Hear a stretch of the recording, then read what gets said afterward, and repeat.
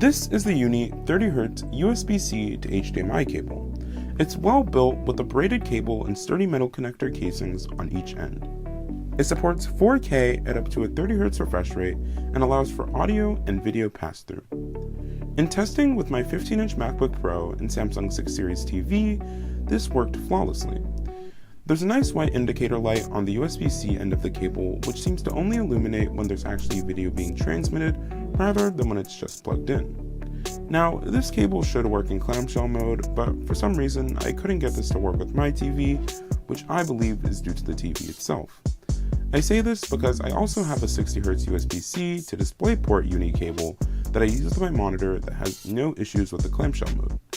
Unfortunately, my monitor doesn't have an HDMI port, so I wasn't able to test this theory.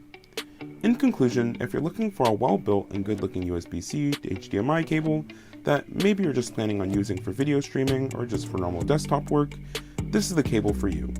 For $9.99, this cable is honestly unbeatable, and that's without even mentioning that Uni offers you a free lifetime warranty.